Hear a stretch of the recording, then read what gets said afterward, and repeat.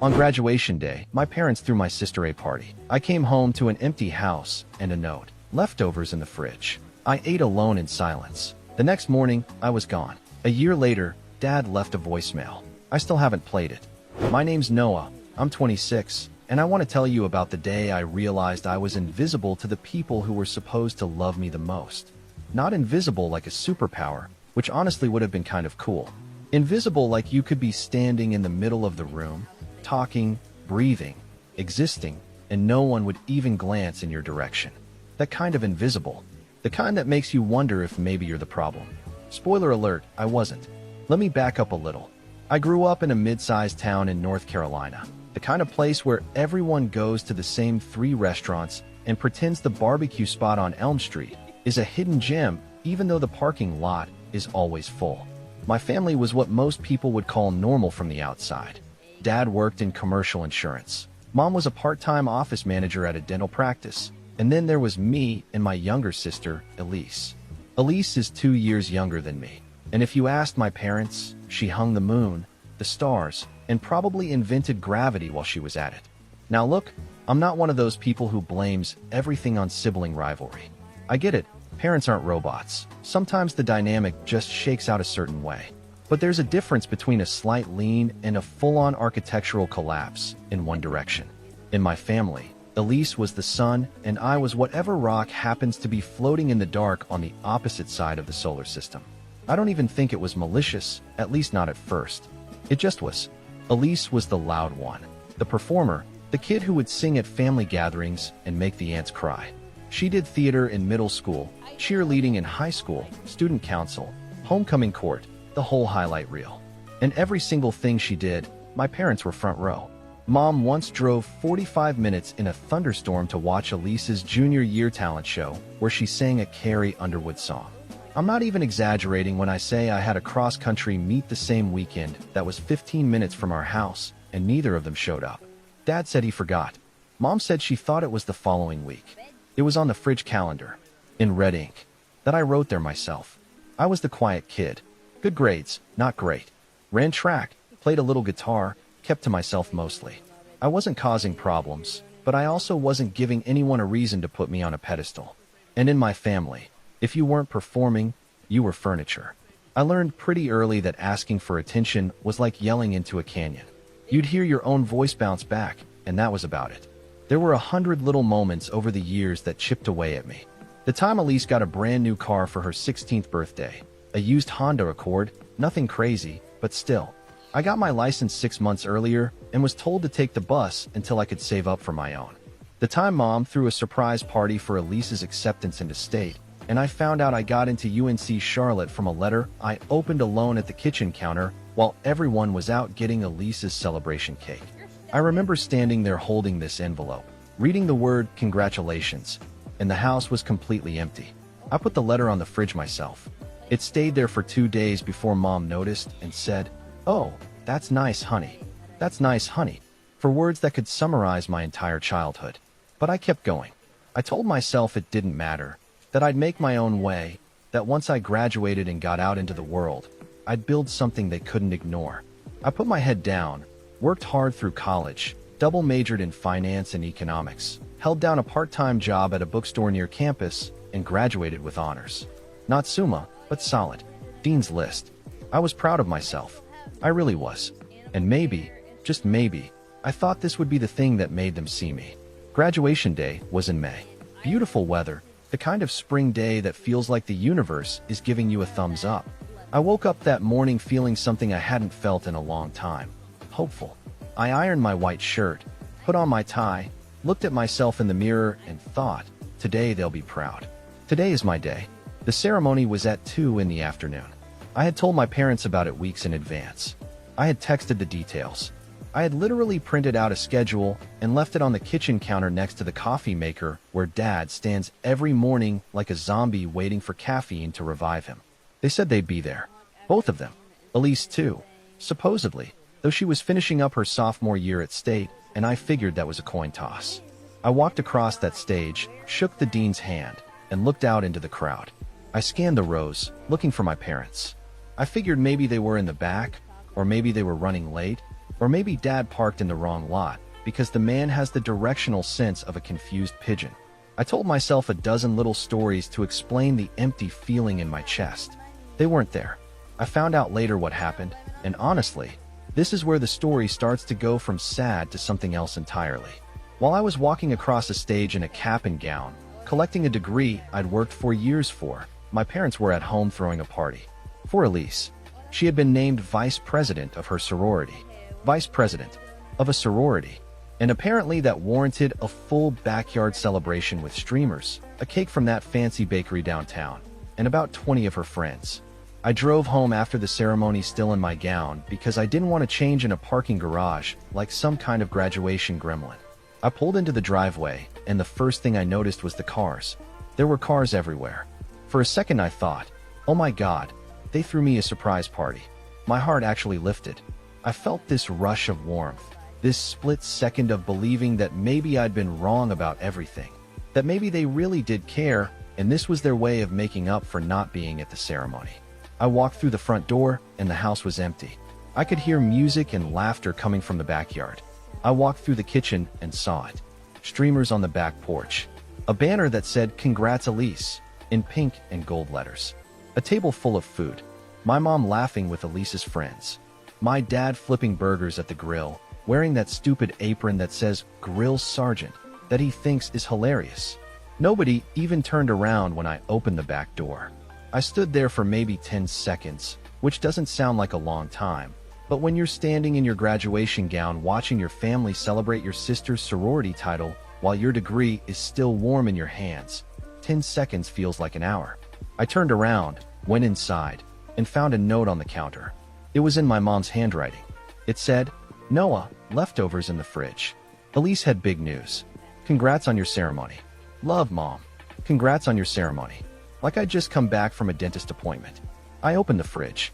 There was a plate of potato salad wrapped in foil and a couple pieces of cold fried chicken. I sat at the kitchen table, still in my cap and gown, and ate alone. I could hear them outside. The laughter, the music, Elise's voice doing that thing she does where she tells a story and makes it sound like the most exciting thing that's ever happened. I sat there chewing cold chicken and staring at the wall, and something inside me just clicked off. Not anger, not sadness, just nothing. Like someone found the fuse box of my emotions and flipped every switch to off. I finished eating, washed my plate, went upstairs, and sat on my bed for a very long time. The next morning, I was gone. I need to rewind a little bit before I tell you about the morning I left, because I want you to understand that graduation day wasn't a one-off. It was the final domino in a line that had been building for years. That note on the counter, the cold chicken, the empty seat at my ceremony, those weren't accidents. They were a pattern, and I'd been ignoring the pattern because admitting the truth was scarier than pretending everything was fine.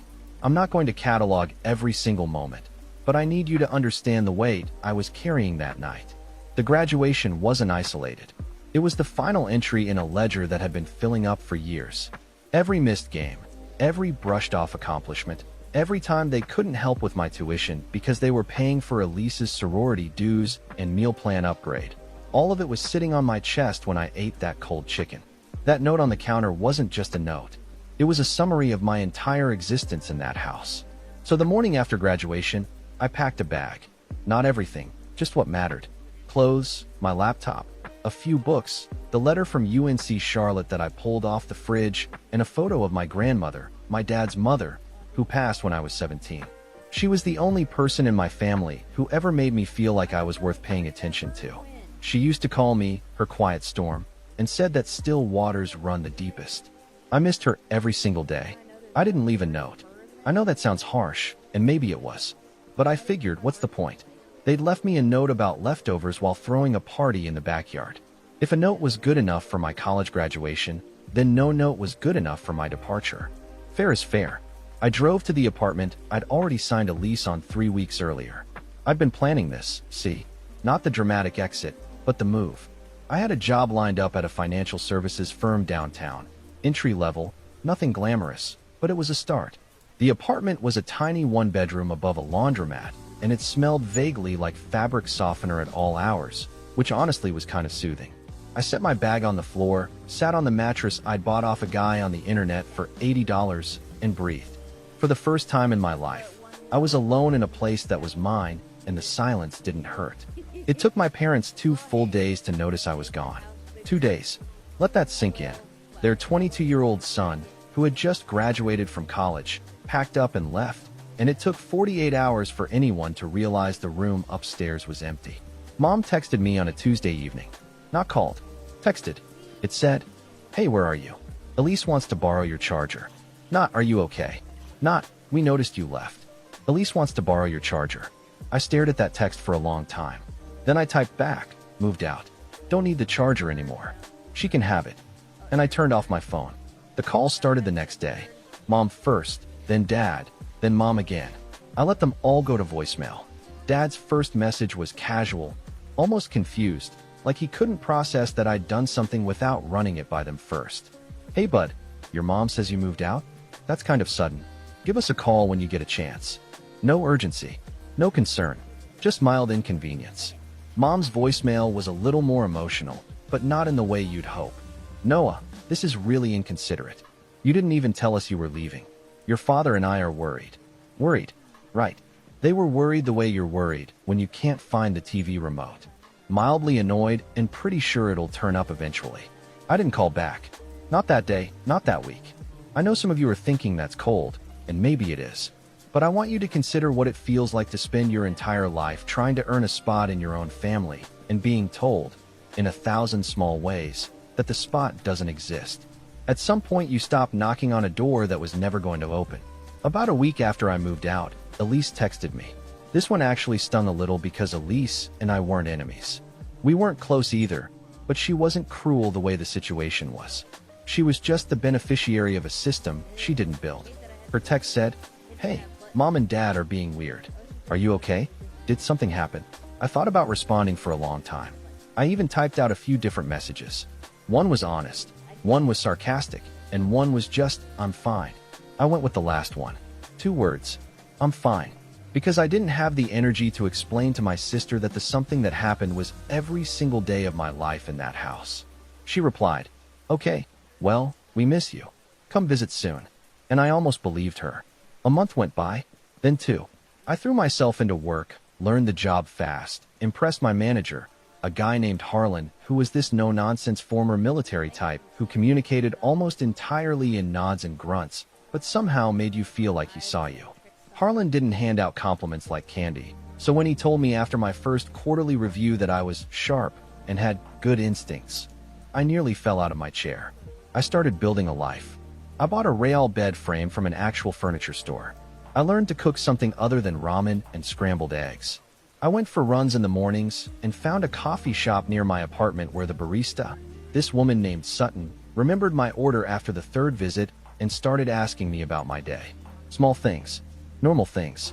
Things that felt enormous when you'd spent 22 years feeling like a ghost in your own home. And then, about 3 months after I left, my parents tried to pull me back in. It started with Mom showing up at my apartment unannounced. I came home from work and she was sitting in her car in the parking lot. My stomach dropped the second I saw her because I knew this wasn't a caring visit. This was a mission. She had that look on her face, the one she used when she wanted something, and was prepared to guilt trip her way to it. She got out of the car and hugged me, and I'll be honest, for about 2 seconds it felt nice. Then she pulled back and the first words out of her mouth were, "Your sister's birthday is next month and she really wants you there." Not, "I'm sorry." Not, "I miss you." Not, "We should have been at your graduation." Your sister's birthday. That was the opening line. That was the reason she drove 40 minutes to my apartment. I felt that old familiar numbness creep back in, that fuse box clicking off. I looked at her and said, "I'll think about it." She started to say something else, something about family being important and how Elise would be heartbroken if I didn't come, and I just repeated, "I'll think about it, Mom." She left. I went inside, sat on my bed, and stared at the ceiling for about an hour. And something in me hardened. Not in a bitter way, not in an angry way, just in a way that said, I'm done being the one who adjusts. I'm done being the one who shows up and gets handed a plate of cold chicken and a note. I'm done performing for people who aren't watching. I didn't go to Elise's birthday party. And that, as it turned out, was the first real decision I ever made for myself. It wouldn't be the last. The months after I skipped Elisa's birthday were some of the loneliest of my life, and I'm not going to sugarcoat that. Cutting yourself off from your family, even a family that treated you like an afterthought, doesn't feel heroic. It feels like standing in an empty room and wondering if the silence is peace or just a different kind of pain. For a while, I couldn't tell the difference. I threw myself into work because that was the only thing that made sense. Numbers, spreadsheets, projections, those things followed rules. You put in the effort and the output was predictable. People were not predictable. People could love you and forget you in the same breath. But a balance sheet? A balance sheet was honest. Harlan noticed I was burning the midnight oil. He didn't say anything for 2 weeks, just observed me the way he observed everything. Then one Friday evening he walked past my desk, dropped a business card on it, and said, "My buddy runs a financial planning practice.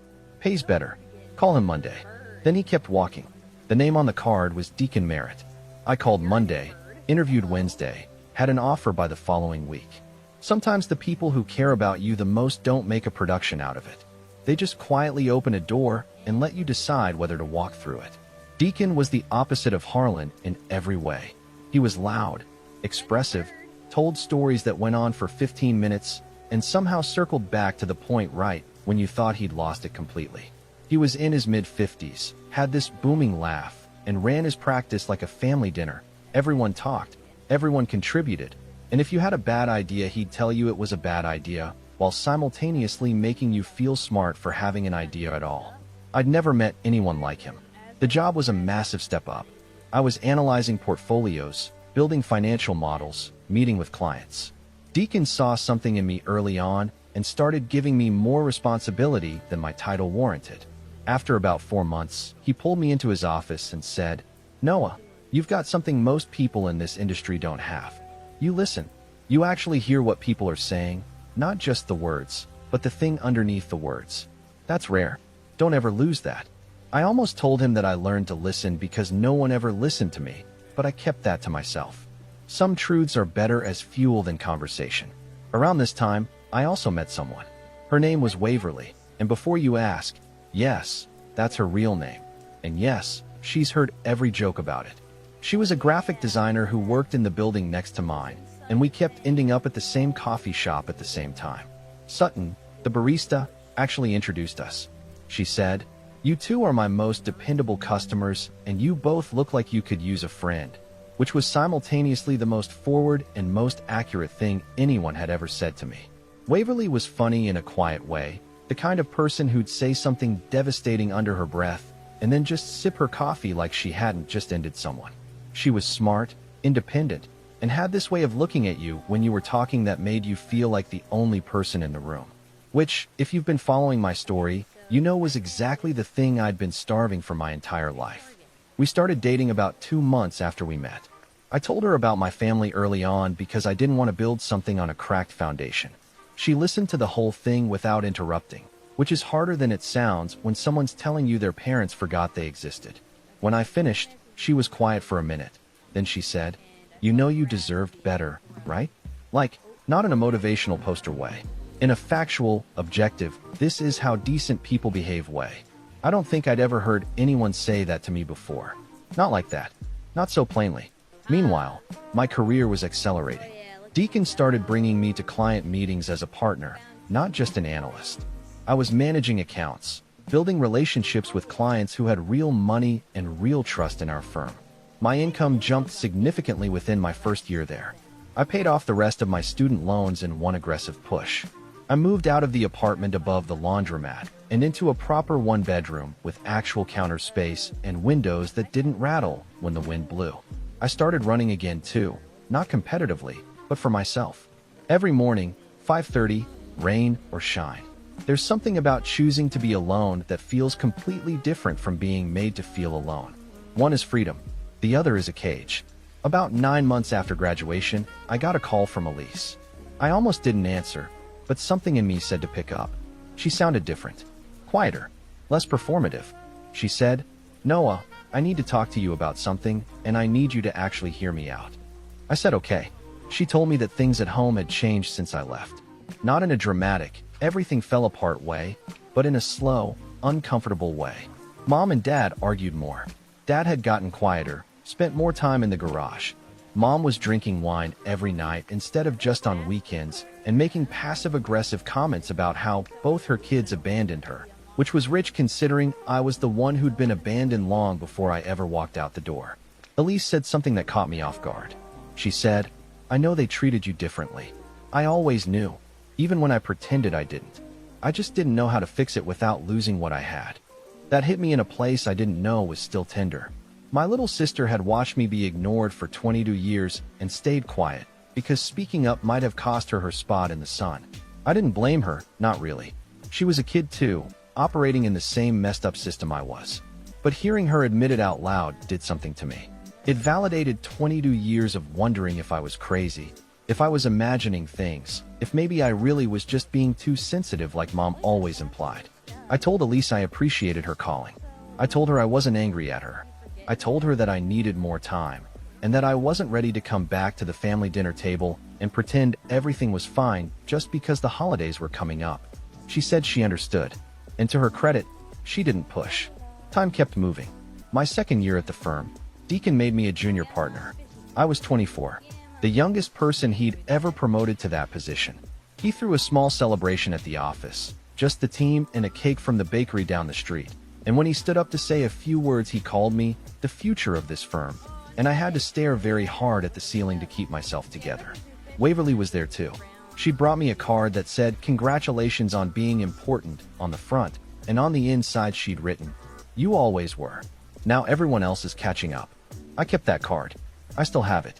I was building a life that looked nothing like the one I'd left behind. I had a partner who saw me, a mentor who believed in me, a career that was growing faster than I'd ever imagined, and a sense of self-worth that I'd constructed brick by brick from the ground up. Nobody handed me any of it. Nobody threw me a party or bought me a car or posted about my accomplishments with 3 exclamation points and a heart emoji. I built it all myself, in the quiet, the way I'd always done everything. And I was happy. Actually, genuinely happy. Not performing happiness. Not convincing myself I should be happy. Just happy. The real kind. The kind that doesn't need an audience. Which is, of course, exactly when my father decided to call. 12 months after graduation. 12 months of silence from the man who couldn't be bothered to watch me walk across the stage. 12 months. And then my phone buzzed with a voicemail from a number I hadn't deleted but had stopped looking for. Dad left a voicemail. 1 minute and 43 seconds. I saw the notification, stared at it for a long time, and set the phone face down on the counter. I haven't played it. I know what you're thinking. Play the voicemail, Noah. What are you, a monster? It's your dad. Just listen to it. And I get it, I really do. If this were someone else's story, I'd probably be in the comments saying the same thing. But here's the thing about being the kid who was never enough. Every gesture from the people who hurt you feels like a trap. Not because they're necessarily trying to trap you, but because your entire nervous system has been trained to expect disappointment. Every olive branch looks like it might be a stick. So I left the voicemail unplayed. Not as a power move, not as revenge. I just wasn't ready. I needed to sit with it, to figure out if listening to my father's voice would pull me backward into the version of myself I'd spent a year escaping. Waverly told me to take my time, and Deacon, who I'd opened up to a little about my family, said something that stuck with me. He said, "Noah, you don't owe anyone access to your peace. Not even your parents. Especially not the ones who never gave you any." Life kept moving. The firm was growing, and so was my role in it. Deacon started talking about retirement in that vague way people do when they're testing the waters. He'd say things like, "You know, I've been thinking about spending more time at the lake house," or "Waverly's got you domesticated. Maybe I should let my wife domesticate me before it's too late." But underneath the jokes, I could tell he was serious. He was grooming me to take over the practice, and the weight of that responsibility was both terrifying and deeply affirming. Around the 14-month mark after graduation, something happened that changed the entire trajectory of this story. Elise called me again. This time she wasn't reflective or apologetic. She was panicked. "Noah, Dad lost his job." I sat down. "What do you mean he lost his job?" "The company restructured. His whole department got cut. He's been out for 3 weeks, and he didn't tell anyone. Mom found out when she saw the severance paperwork on his desk." I processed this quietly. My father, The man who spent 30 years in commercial insurance, who defined himself entirely by his stability and his ability to provide, was unemployed. And he'd hidden it. For 3 weeks. That part didn't surprise me. My family's primary language was avoidance. Elise continued. It's bad, Noah. They've got the mortgage, Mom's hours got cut at the dental office last month, and Dad's been just sitting in the garage pretending to organize tools. He won't talk to anyone. Mom's freaking out. What do you want me to do about it, Elise? There was a pause. A long one. Then she said, I don't know. I just thought you should know. I told her I was sorry to hear it, and I meant that. Whatever my father had done to me, or more accurately hadn't done, I didn't wish financial ruin on him. But I also noticed something in Elise's voice, a frequency I recognized because I'd heard it in my own voice for years. She was hoping I'd fix it. She was hoping the quiet one, the responsible one, the one who always figured things out without making a fuss, would step in and handle the situation that the golden child and the attentive parents couldn't manage on their own. And for the first time, I felt something I'd never felt toward my family before. Not anger, not sadness, not numbness. I felt the irony, the cosmic, almost comedic irony of the child they forgot suddenly being the one they needed. I didn't act on it right away. I went home, told Waverly, and she looked at me with that steady gaze of hers and said, What do you want to do?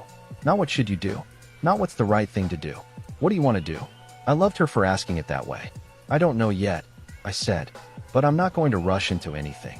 Over the next few weeks, I did something I'd never done before. I thought about my family strategically, not manipulatively, but deliberately. I asked myself what outcome I actually wanted, not what outcome would make them comfortable, not what outcome would make me look like the bigger person, but what I actually needed for my own healing. I talked to a therapist. Her name was Rosalind, and she was this calm, unflappable woman who had a way of asking questions that made you answer your own problems. I told her about the graduation, the note, the cold chicken, the years of invisibility. She didn't gasp or look horrified. She just nodded and said, So you learned very early that your needs weren't a priority, and now they need you, and you're trying to figure out if meeting their needs means abandoning your own again. I could have hugged her. That was exactly it. Rosalind helped me understand something critical. She said that reconciliation isn't the same as restoration. You can reconnect with people without giving them back the power to hurt you. You can forgive without forgetting. You can show up without going back. That distinction changed everything. I started formulating a plan, not a revenge plan, because this isn't that kind of story. A boundary plan. Here's what I'm willing to give and here's what I'm not plan. I talked to Waverly about it, talked to Rosalind, even talked to Deacon, who despite being a financial advisor had surprisingly good emotional intelligence for a guy whose idea of expressing feelings was a firm handshake and a nod. Here's what I decided. I would reach out to my parents. I would offer to help, not because they deserved it, but because I had the means and I'd rather live as the kind of person who helps than the kind who doesn't. But I would do it on my terms. With conditions. With boundaries so clear you could see them from space. I called Elise first. I'm going to come home, I said. But I need you to understand something. I'm not coming back to be the quiet kid who eats cold chicken and pretends it's fine. I'm coming back as an adult with things to say, and they're going to hear them. All of them. Including you. She was quiet for a second, then said, Okay, that's fair. And Elise, I'm not doing this for them. I'm doing this for me. I know, she said. And I believed her. I spent the next week preparing. Not in a dramatic, writing a speech on index cards way, but internally. I thought about what I wanted to say. I thought about every moment that had cut me, every silence that had spoken louder than words, every time I'd been treated like an accessory in my own life. And I thought about who I was now. The junior partner. The guy with the beautiful girlfriend and the mentor who called him the future. The guy who built himself from scratch in a one-bedroom apartment that smelled like fabric softener. I wasn't the invisible kid anymore. And it was time they knew it. I drove to my parents' house on a Saturday morning. I brought Waverly with me, not as a shield, but as a witness. I wanted someone there who knew the real me, the me I'd become, not the me my parents had decided I was. I pulled into the driveway. The house looked the same. The hedges were a little overgrown. The paint on the shutters was starting to peel, and Dad's truck was in the driveway with a layer of dust on it that told me it hadn't moved in a while. Everything about the place looked tired, like the house itself had given up on pretending. I sat in the car for a minute. Waverly put her hand on mine and said, "You've got this. And whatever happens in there, we're going home together after." I took a breath, opened the door, and walked up to the front porch. The same porch where I used to sit as a kid reading books while Elise's laughter echoed from inside.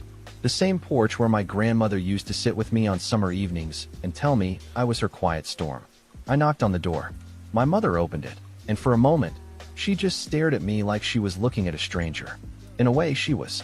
My mother stood in the doorway looking at me like I'd materialized out of thin air. She was thinner than I remembered, the lines around her eyes deeper, wearing an old cardigan I recognized from when I was in middle school. She looked tired in a way that went deeper than sleep. "Noah," she said, and her voice cracked on the second syllable. "Hey, Mom." She hugged me, and I let her, but I didn't melt into it. I hugged her back the way you hug someone at a funeral, present but measured. I introduced Waverly, and Mom did that thing where she tried to be welcoming while clearly thrown off balance by the fact that her estranged son had shown up with a woman she'd never met. The house smelled the same. Coffee and that lavender thing Mom used to spray on the curtains. But it felt different. Quieter. Smaller. The backyard where they'd thrown Elise's party was visible through the kitchen window, and I looked at it the way you'd look at a crime scene. Calmly, but aware of everything. Dad was in the living room. He stood up when I walked in, and the first thing I noticed was that he'd aged badly. Not gradually, but the way people age when something inside them breaks. He'd lost weight, his hair was grayer, and his eyes had a hollowed-out quality I recognized from my own worst days. "Son," he said. "Dad, we didn't hug. We just stood there, two men separated by about 8 feet and 22 years of things that should have been said but weren't." Elise arrived about 10 minutes later. She hugged me tight and whispered, "Thank you for coming." Then she met Waverly and immediately said, "Oh, thank God, you look like a normal person." I was worried he'd show up with someone who also reads financial reports for fun. Waverly laughed. I almost did too. We sat down in the living room, and for a few minutes nobody said anything meaningful. Mom offered coffee. Dad talked about the weather. It was the most painfully familiar scene of my life. Everyone performing normalcy, while an elephant the size of a freight train sat in the room. So I addressed the elephant. "I didn't come here for small talk," I said. My voice was calm, steady. I'd practiced this with Rosalind, not the words, but the tone. She told me to speak from my chest, not my throat. To say what I meant without apologizing for meaning it. Everyone went quiet. I came here because Elise told me about Dad's job, and I want to help. But before we talk about that, there are some things I need to say, and I need you to actually hear them. Not nod and change the subject. Not tell me I'm being too sensitive. Hear them. Mom opened her mouth, and I held up my hand. "Please, just let me talk." I took a breath and started. Graduation day, May 17th. I walked across a stage and collected a degree I worked 4 years for while holding down a job and paying my own way. Neither of you were there. You were in the backyard throwing a party for Elise because she was named vice president of her sorority. When I came home, still in my cap and gown, there was a note on the counter that said leftovers in the fridge. I ate cold chicken alone at the kitchen table while I could hear you laughing outside. Mom's face crumbled. Dad stared at the floor. That wasn't the first time. That was the last time. The last in a line that goes back as far as I can remember. The car Elise got that I didn't. The dinners for her achievements while mine got a "that's nice, honey." The acceptance letter I put on the fridge myself that took 2 days for anyone to notice. Elise was crying quietly. I didn't look at her because I knew if I did I'd lose my composure. I'm not saying you're bad people. I'm not saying you didn't love me. I'm saying you didn't see me. And there's a difference between not loving someone and not seeing them. But the damage feels pretty much the same when you're the one who's invisible. The room was so quiet I could hear the clock on the mantel ticking. Dad spoke first. His voice was rough, like he'd been swallowing sandpaper. "Noah, I didn't realize it was that bad. I know you didn't. That's the problem. It shouldn't have taken me leaving for you to notice I was here." Mom was full-on crying now. "I'm sorry," she said. And to her credit, she didn't try to explain it away or make excuses. She just said it, over and over. "I'm so sorry, Noah." I let her cry. I didn't rush to comfort her because I'd spent my whole life managing other people's emotions at the expense of my own, and Rosalind had helped me understand that I didn't have to do that anymore. Then I said, "Here's what I'm willing to do. I've done well for myself. I have the means to help with the mortgage while Dad finds a new position. I can connect him with people in my network who might have leads. But I'm not doing it as the grateful son who's just happy to be invited back. I'm doing it as an adult who's choosing to help, and I need you to understand that this doesn't erase what happened. It doesn't fix us. It's just me being the kind of person I want to be. Dad looked at me, and for the first time in my life, I saw something in his eyes that wasn't distraction or indifference. It was respect. Not the performative kind you give to strangers, but the real kind. The kind you give to someone who just showed you exactly who they are and didn't flinch. "You grew up," he said quietly. It wasn't a grand apology. It wasn't a hallmark moment. But it was honest, and from my father, honest was new territory. I had to, I said. Nobody was going to do it for me. That landed the way I intended it to. Not as a weapon, but as a fact. A simple, irrefutable fact. We talked for another hour. Some of it was productive, logistics about the mortgage, job leads for Dad. Some of it was hard. Mom trying to explain without excusing, Elise admitting she'd known and stayed quiet. Dad struggling to articulate feelings he'd apparently never been taught to have. It wasn't a movie scene. Nobody delivered a monologue that fixed everything. It was messy and uncomfortable and incomplete, which is exactly what real healing looks like. Before I left, Dad walked me to the car. He stood there with his hands in his pockets and said, "That voicemail I left you, did you ever listen to it?" "No." He nodded. "It wasn't a good message. I didn't say the right things. I never know how to say the right things with you, and that's my fault." That was the closest my father had ever come to a real apology. "Maybe someday you can try again," I said. "In person." He looked at me with wet eyes and nodded. Waverly and I drove home in silence. She held my hand the entire way. When we parked, she said, "How do you feel?" I thought about it. "Light," I said. "I feel light." That was a year ago. Here's where things stand now. Dad found a new job through a contact Deacon connected him with. Smaller firm, steady work. Mom started seeing a therapist, which shocked everyone, including Mom. Elise and I talk regularly now. Real conversations, not surface-level pleasantries. She actually asked me for career advice last month, which was a first. My parents and I aren't fixed. We're not a sitcom family that hugged it out over pie. We're a work in progress. But the difference is that I'm no longer performing for their approval. I show up when I choose to, on terms I set, and I leave when I need to. Deacon officially retired last month. He handed me the keys to the practice, and I'm not ashamed to say we both got a little emotional about it. I'm 27 years old, and I run my own wealth management firm. Let me say that again because I still can't quite believe it. Waverly and I moved in together. She hung a framed print in the hallway that says, "Still waters run deep." And every time I walk past it, I think of my grandmother. I still haven't played that voicemail. I probably never will. It belongs to a version of me and a version of my father that don't exist anymore. Whatever he said in those 1 minute and 43 seconds, it was said to a boy who was invisible. I'm not that boy anymore. And the next time my father has something to say to me, I want him to say it to the man I've become. Face to face. Out loud. Where I can see his eyes and know he means it. I'm Noah. I'm 27. I run a firm. I have a woman who loves me. And I built every piece of my life with my own 2 hands in the quiet. And if you take nothing else from this story, take this. You are not invisible. Not because someone finally decides to see you, but because you were never invisible in the first place. The people who couldn't see you were just standing in the wrong light.